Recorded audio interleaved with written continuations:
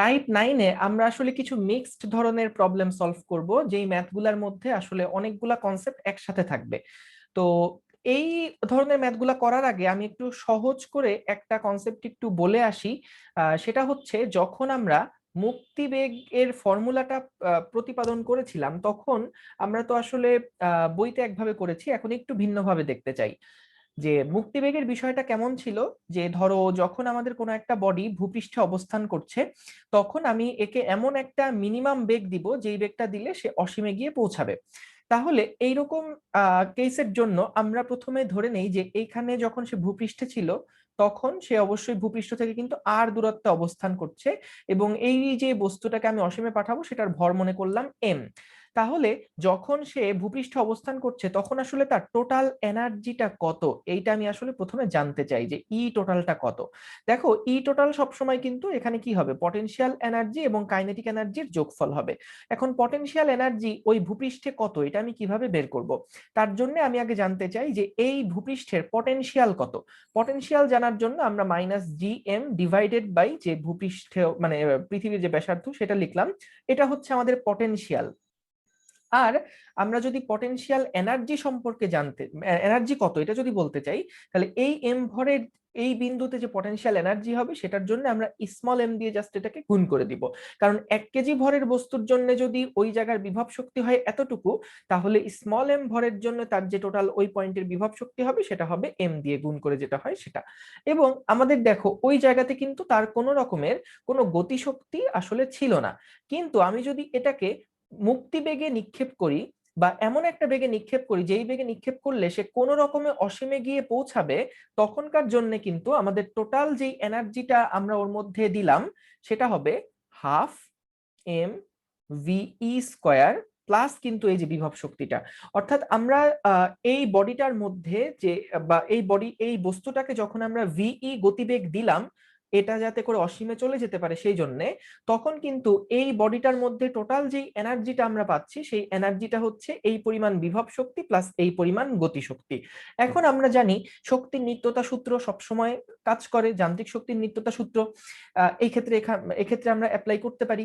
তাহলে দেখো, যখন আমরা অসীমে যাচ্ছি বা বডিটা যখন অসীমে যাচ্ছে, অসীমে যখন যাবে, তখন কিন্তু তার যে বিভব শক্তি, সে বিভব শক্তিটা হয়ে যাবে কিন্তু জিরো। কেন? কারণ আমরা জানি অসীমের ক্ষেত্রে তার যে বিভব শক্তি হবে সেটা হচ্ছে minus GM divided by x. এটাই তো মেইন ইকুয়েশন। অসীম মানে পৃথিবীর বাইরে বা ভূপৃষ্ঠের উপরে যে কোনো বিন্দুতে বিভব মাপার জন্য এটাই তো সমীকরণ। তাহলে যখন অসীমে যাচ্ছে, তখন কিন্তু মাইনাস জিএম বাই অসীম হয়ে গেলে এটার ভ্যালু হয়ে যাচ্ছে জিরো। তাহলে এইটা কিন্তু আমাদের সেই পটেনশিয়াল এনার্জি যেটা অসীমে, সেটা আমরা লিখলাম। এখন দেখো, আমরা যদি ওই অসীমে তার গতিশক্তি নিতে চাই, তাহলে গতিশক্তিটাও কিন্তু আমরা জিরো লিখব। কেন জিরো লিখব? কারণ আমরা চাই এইখানে এমন একটা মিনিমাম বেগ দিতে, যাতে করে সে অসীমে গিয়ে কোনো রকমে পৌঁছায় আর কি।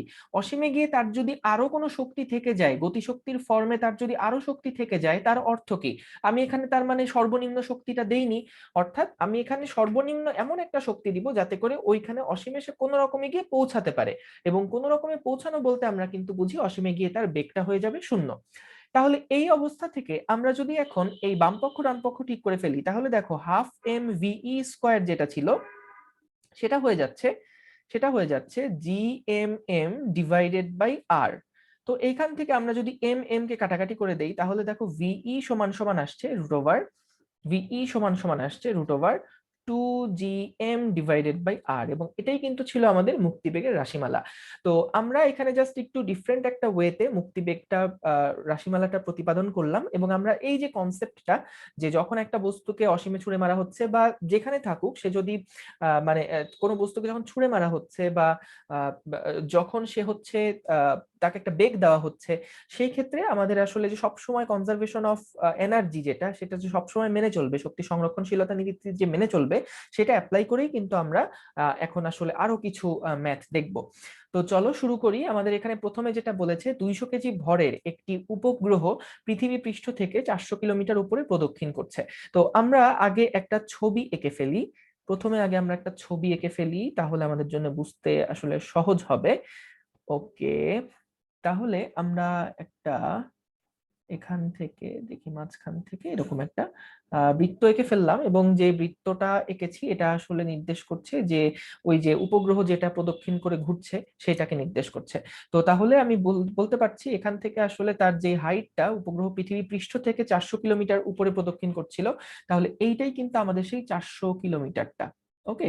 এবং আমাদের 200 কেজি ভর, এখানে যে বস্তুটা ঘুরছিল বা স্যাটেলাইট বা উপগ্রহ যেটা ঘুরছিল সেটার ভর দিয়ে দিয়েছে আমাদেরকে, সেটা হচ্ছে 200 কেজি। ওকে, তাহলে আমাদেরকে যেটা প্রশ্ন করেছে, 200 কেজি ভরের একটি উপগ্রহ পৃথিবী পৃষ্ঠ থেকে এত কিলোমিটার উপরে প্রদক্ষিণ করছে, উপগ্রহটিকে সর্বনিম্ন কত শক্তি প্রয়োগ করলে এটি পৃথিবীর অভিকর্ষের বাইরে চলে যাবে। তার মানে হচ্ছে এটাকে আমরা অসীমে পাঠাতে চাচ্ছি কিন্তু। আর অসীমে যদি কোনো রকমে পাঠাতে চাই তাহলে আমরা একটু ডান পক্ষটাকে হিসাব করে ফেলি, হ্যাঁ, যে অসীমে যখন যাবে সে এরকম একটা অবস্থাতে কিন্তু সে মুভ করছে, হ্যাঁ, তাকে আমরা এমন একটা এনার্জি দিব যেটা দিয়ে সে অসীমে চলে যাবে। মনে করো এটা তার অসীমের লেয়ার, যখন সে কোনো রকমে অসীমে যাবে তখন তার বিভব শক্তি হয়ে যাবে কিন্তু জিরো, এবং তার গতিশক্তিও কিন্তু হয়ে যাবে জিরো। তাহলে এইরকম একটা অবস্থায় যখন আছে তখন তার বিভব শক্তি কত? বিভব শক্তি হচ্ছে -GMM divided by R+H। R+H, যেখানে আর হচ্ছে পৃথিবীর ব্যাসার্ধ এবং এইচ হচ্ছে 400 কিলোমিটার হবে। এবং আমি কিন্তু আবারও বলছি, আমাদের 1 কেজি ভরের জন্য বিভব শক্তি ছিল এইটুকু কিন্তু -GM/R+H, তাহলে m কেজি ভরের জন্য ওই বিন্দুতে যে বিভব শক্তি হবে সেটা m দিয়ে গুণ দিতে হবে। ওকে, সো এটা গেল আমাদের বিভব শক্তি। আর এই বিন্দুতে তার গতিশক্তি কত? এই বিন্দুর বেগ যদি হয় v, তাহলে কিন্তু আমরা এখানে লিখতে পারি এইখানে তার যে গতিশক্তি ছিল সেটা হচ্ছে 12mv²। এখন বলো তো এখানে আসলে কত বেগ হবে? যেহেতু সে 400 কিলোমিটার উপরে প্রদক্ষিণ করছে, তাহলে বেগ সমান সমান আমরা কিন্তু স্যাটেলাইটের ইকুয়েশনটা থেকে লিখতে পারি √GM ডিভাইডেড বাই R+H। তাহলে আমরা এখান থেকে কিন্তু তার বেগটা বের করে ফেলতে পারবো, এবং এখানে যদি আমি বেগের ভ্যালুটা বসাই দেই তাহলে কিন্তু এই পয়েন্টে তার টোটাল এখন আসলে এনার্জি কত সেই এনার্জিটা আমরা বের করতে পারলাম। কিন্তু আমাদেরকে আসলে কি করতে হবে? আমাদেরকে যেটা বলেছে যে কত সর্বনিম্ন এনার্জি প্রয়োগ করলে সেটা এইরকম একটা এনার্জি অর্জন করবে, ঠিক না? অর্থাৎ মানে আমরা যখন শক্তির নিত্যতা সূত্র অ্যাপ্লাই করছি, এটার অর্থ কি যে আমাদের সে তখনই অসীমে যাবে যখন তার অসীমের টোটাল শক্তি এখনকার টোটাল শক্তির সমান হবে, তাই না? তাহলে আমরা কিন্তু যদি এইখানে যে এনার্জিটা আছে, এখন যে এনার্জিটা আছে ঘোরাকালীন অবস্থাতে যখন সে ঘুরছে তখন তার যে টোটাল এনার্জিটা আছে, এই এনার্জিটার সাথে আমি যদি পরিমাণ এনার্জি যোগ করি তাহলে মনে করলাম যে সে অসীমে চলে যাবে। এবং এখানে খেয়াল করে দেখো, তাহলে যোগ করার পরে তার যে টোটাল এনার্জি হবে সেটা কিন্তু অবশ্যই ওই কোনোভাবে অসীমে যাওয়ার সময় যে এনার্জিটা সে অর্জন করলো সেটার সমান হবে। তাহলে এখানে আমরা বুঝতে পারলাম যে টোটাল যে এনার্জিটা সেটা বাম পাশে আসলে এই বিন্দুতে টোটাল এনার্জির কথা বলছে, যে অলরেডি এতখানি এনার্জি ছিল, আর আমি এর সাথে এতটুকু এনার্জি যদি যোগ করি তাহলে যে টোটাল এনার্জি হবে সেটা কিন্তু অসীমে যাইতে তার টোটাল যে এনার্জিটা বা অসীমে থাকাকালীন অবস্থাতে তার যে টোটাল এনার্জি সেটার সমান হবে।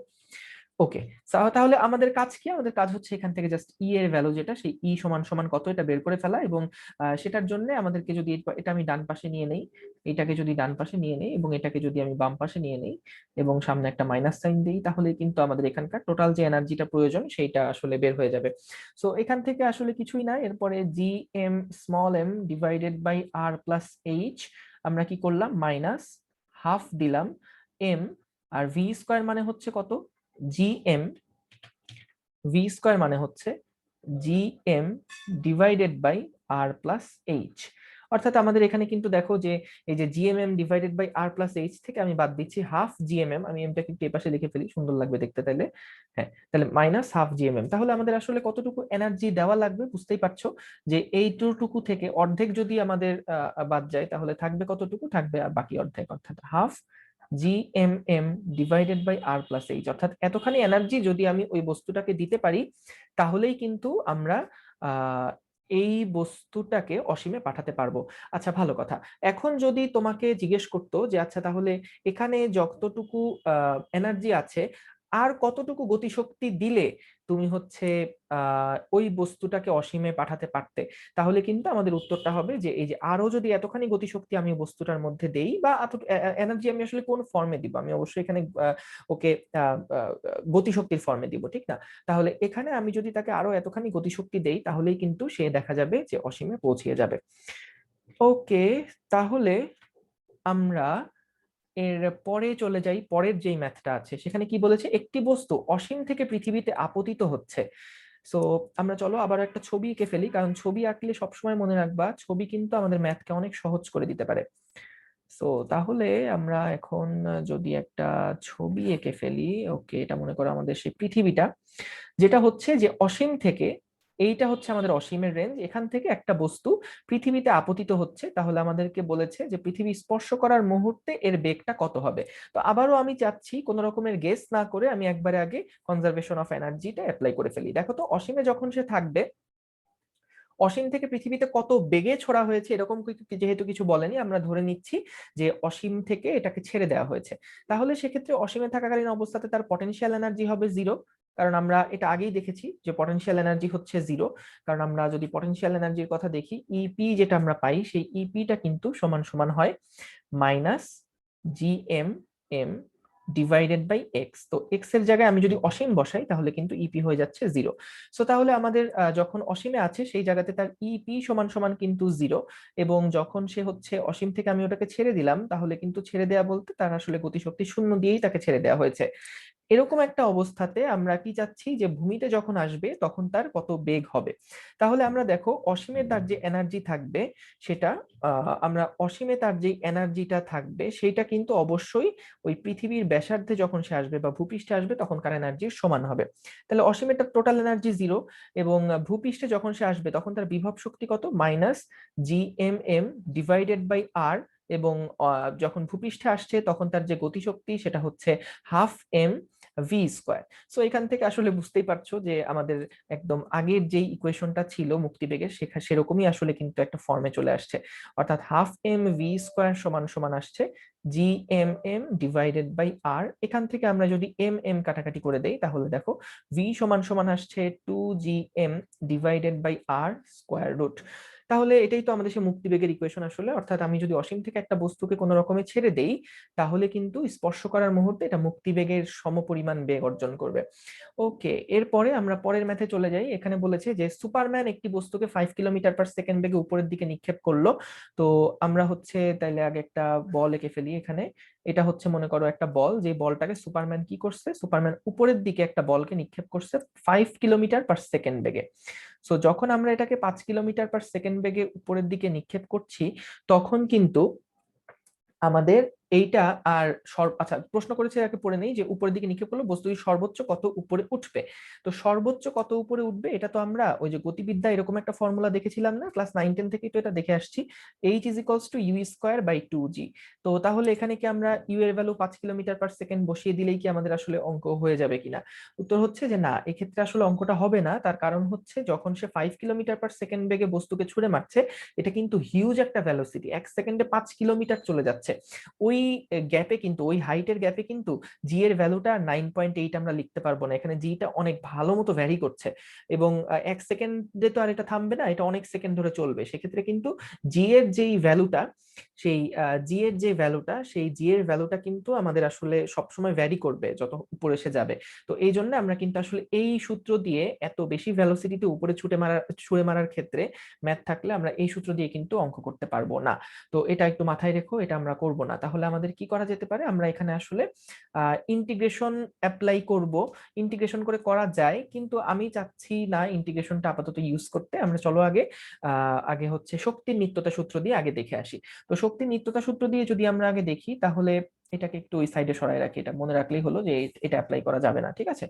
ওকে, সো আমরা যখন একদম অসীমে যাচ্ছি, মনে করো এইটা হচ্ছে অসীমে না, সরি, যখন আমি মনে করলাম যে বস্তুটাকে এই এত বেগে ছুড়ে মারা হলো, মনে করলাম যে বস্তুটা হচ্ছে ভূমি থেকে, মনে করলাম বস্তুটা হচ্ছে সেই ভূপৃষ্ঠ থেকে ম্যাক্সিমাম এইচ উচ্চতা উপরে উঠবে।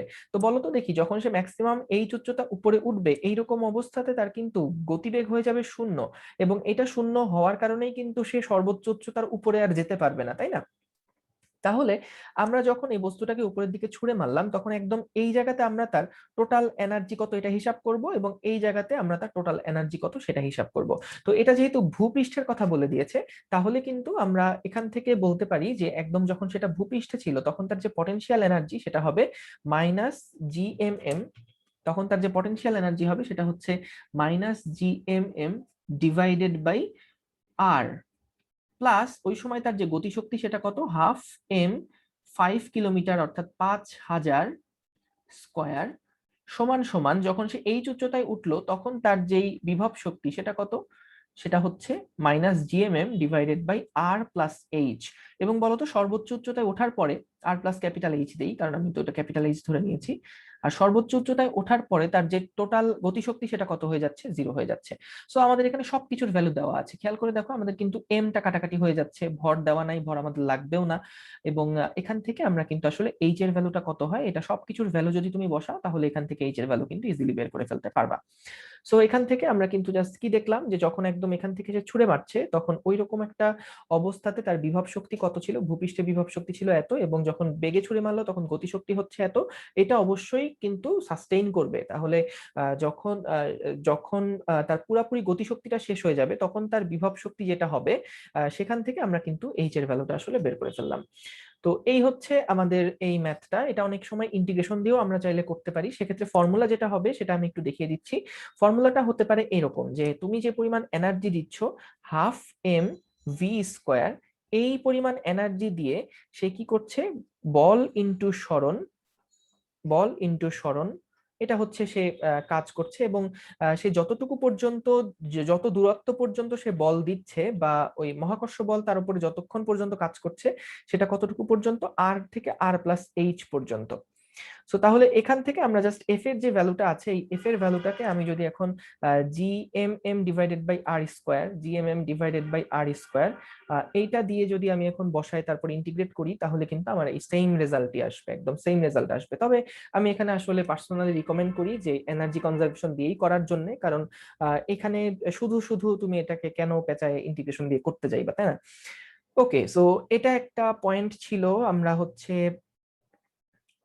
হ্যাঁ, এখানে আসলে যেটা হয়েছে যে আমরা আসলে কাজ শক্তি উপপাদ্য ইউজ করেছি কিন্তু একরকম, হ্যাঁ, যে এখান থেকে যে পরিমাণ শক্তি দিলাম সেটা দিয়ে কিন্তু সে মহাকর্ষের বিপরীতে একটা কাজ করলো আর কি। ঠিক আছে, ওই কনসেপ্ট থেকে এটা আসলে আসছে।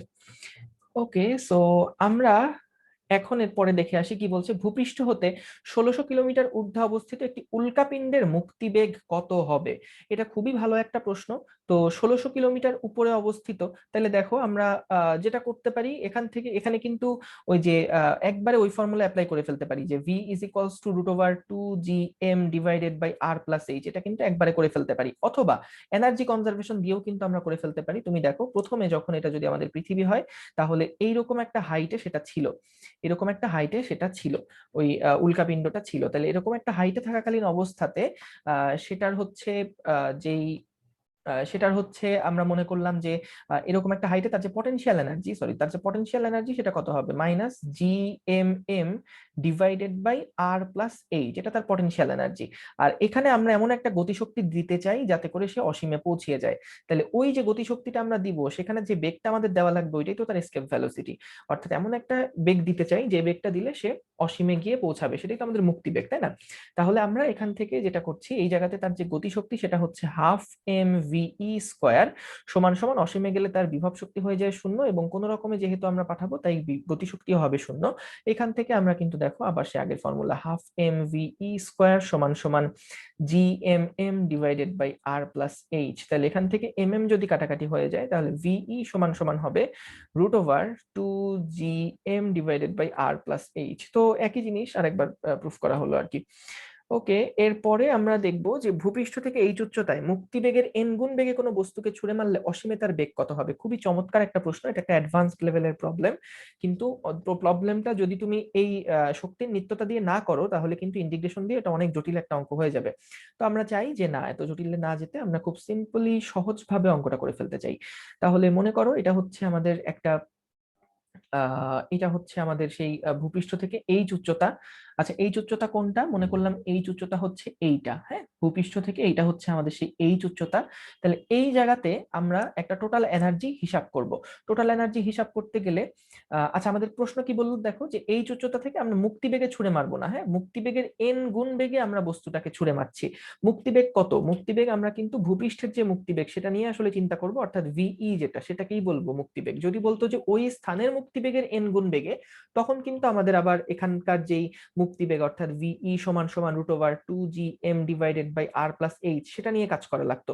কিন্তু যেহেতু বলেছে শুধু মুক্তিবেগ, তাই আমরা এখানে ধরে নিচ্ছি যে ভূপৃষ্ঠের যে মুক্তিবেগ 11.2 কিলোমিটার পার সেকেন্ড, সেইটার n গুণ বেগে আমাদেরকে ছুড়ে মারতে হয়েছে।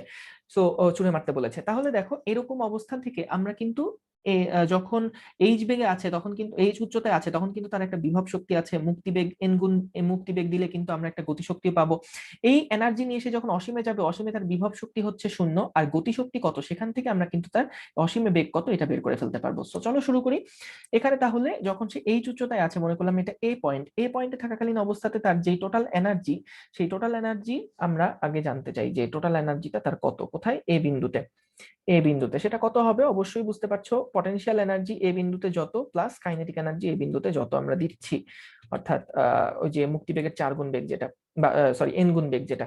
তাহলে যে ইপি যেটা আছে এই এখানকার যে মুক্তিবেগটা হবে সেটা এখানকার যে পটেনশিয়াল এনার্জি সেটা কত, minus GMm divided by GMm. আমরা ধরে নিচ্ছি এখানে যে বস্তুটা আছে সেই বস্তুটার ভর হচ্ছে স্মল এম, বারবারই বলছি এই স্মল এমটা আসলে এই এনার্জি কনজারভেশনের ক্ষেত্রে কাটাকাটি চলে যায়, তো এটা ধরাও যায় না ধরাও একই কথা।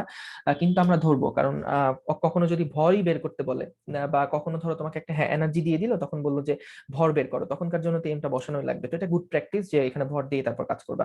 আচ্ছা, তারপর ডিভাইডেড বাই কত হবে, আর প্লাস এইচ প্লাস ই কে যেটা এখানকার তার গতিশক্তি কত, half m n v e square. ঠিক আছে, এটা তার হচ্ছে টোটাল এনার্জি কোথায়, এই এ বিন্দুতে।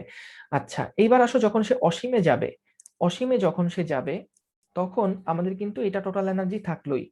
ঠিক আছে, তাহলে অসীমে যখন সে যাবে তখন তার টোটাল বিভব শক্তি হবে কিন্তু 0 আর তার গতিশক্তি হবে কিন্তু half m v infinity square. মানে অসীমের বেগটাকে ভি ইনফিনিটি দিয়ে প্রকাশ করছি। আমাদেরকে কিন্তু এখান থেকে দেখো খেয়াল করে এম এম সবগুলা কাটাকাটি হয়ে যাচ্ছে, এই এম কাটে, এই এম কাটে, এই এম কেটে যায়। তাহলে এখান থেকে আসলে জাস্ট আমরা এই ভি ইনফিনিটি যেটা সেটাই আসলে কিন্তু বের করে ফেলবো। তোমাকে আসলে প্রশ্নের মধ্যে এই উচ্চতার কথা বলে দিবে, এন এর কথাও বলে দিবে যে 4 গুণ 5 গুণ 10 গুণ কত বেগে মুক্তি বেগে কত গুণ বেগে আমরা ছুড়ে মারছি, সেগুলো কিন্তু সবই আমাদেরকে বলে দিবে। ওকে, সো এখান থেকে আমরা কিন্তু ভি ইনফিনিটি কত এই ইকুয়েশনটা থেকে সলভ করলে আমরা কিন্তু পেয়ে যাব। সো আমরা জি জানি কত, পৃথিবীর ভর জানি কত, সবগুলা ভ্যালু বসাবো, এরপরে ক্যালকুলেটরের কাজ। আর হচ্ছে 6400 কিলোমিটারকে মিটারে কনভার্ট করবো, এই যেটা দেয়া থাকবে এটাকে মিটারে কনভার্ট করে যোগ দিব, এবং এন যেটা বলবে সেটার সাথে মুক্তিবেগ 11.2 করে তারপরে গুণ করে যোগ করবো আর কি, মানে এটার সাথে যোগ করব। তো এখানে যেটা আরেকবার বলে রাখি যে এই মুক্তিবেগের বিষয়টা হচ্ছে, যদি আমাদেরকে বলতো এইচ উচ্চতার মুক্তিবেগের এন গুণ, তাহলে আমরা কিন্তু ওই ভিই সমান সমান তখন আমরা কিন্তু 11.2 বসাতে পারতাম না, তখন আমাদের ভিই সমান সমান 2gm divided by r plus h, এই ভিইটা নেওয়া লাগতো, এর সাথে আমাকে তখন এই এম এন গুণ দিয়ে তারপর স্কোয়ার করে তারপর হিসাব করা লাগতো। তো যেহেতু আমাদের শুধু মুক্তিবেগ বলেছে, জন্য আমরা ভূপৃষ্ঠের মুক্তিবেগটাই ধরে নিচ্ছি। ওকে, সো এখান থেকে আমরা কিন্তু ভি ইনফিনিটি কত, অসীমে তার বেগটা কত, সেই অসীমের বেগটা কিন্তু আমরা এখান থেকে বের করতে পারলাম। Very good. এরপরে তাহলে চলো আমরা আরেকটা প্রবলেম দেখে আসি। এখানে বলেছে M1 এবং M2 ভরের দুইটি গ্রহের, আমরা দুইটা গ্রহ নিচ্ছি, দুইটা গোলক নিচ্ছি আসলে, এই যে এটা একটা গোলক এবং এইটা একটা গোলক। তো এখানে যেটা বলেছে যে এরকম দুইটা M1 এবং M2 ভরের দুইটি গ্রহের কেন্দ্রের মধ্যবর্তী যেই দূরত্ব, অর্থাৎ এইখান থেকে এই পর্যন্ত তাদের যে দূরত্ব, এই দূরত্বটা বলে দিয়েছে ডি। ভালো কথা, গ্রহদ্বয়ের দূরত্বের মধ্যবিন্দু থেকে কোনো বস্তুকে অসীমে পাঠাতে ন্যূনতম কত বেগ দেওয়া লাগবে? খুব চমৎকার একটা প্রশ্ন। অর্থাৎ এইরকম একটা জায়গাতে d/2 দূরত্বে আমরা এখন অবস্থান করছি একটা বস্তু নিয়ে, সেই বস্তুটাকে আমরা চাচ্ছি কোথায়, আমরা চাচ্ছি হলো গিয়ে অসীমে পাঠাতে। অসীম মানে হচ্ছে এখানে বোঝাচ্ছে এমন একটা দূরত্ব যেই দূরত্বটা এর ক্ষেত্রেও অসীম এবং এর ক্ষেত্রেও অসীম, অর্থাৎ আমাদের এইটা এমন একটা জায়গা যেখানে এর আকর্ষণের কোনো প্রভাব নাই এবং এরও আকর্ষণের কোনো প্রভাব নাই। তাহলে সেক্ষেত্রে আমরা দেখো এই জায়গাতে যখন আছি তখন আমাদের টোটাল পটেনশিয়াল এনার্জিটা কত, সেই পটেনশিয়াল এনার্জি কিন্তু minus g M1 into m divided by d/2। দেখো আমি কি করলাম এখানে, প্রথমে এটা যদি আমি M1 ভর ধরে নিই এবং এটাকে যদি আমি বলি M2 ভর, তাহলে কিন্তু আমাদের এইখানে তার যেই তোমার কি বলে তার M1 ভরের জন্য তার যেই বিভব শক্তিটা, এই মাঝখানে থাকা বস্তুর যে বিভব শক্তিটা সেটা হচ্ছে এইটা, আর M2 ভরের জন্য যে বিভব শক্তিটা হবে d/2 দূরত্বে সেটা হচ্ছে gm2 into m divided by d/2।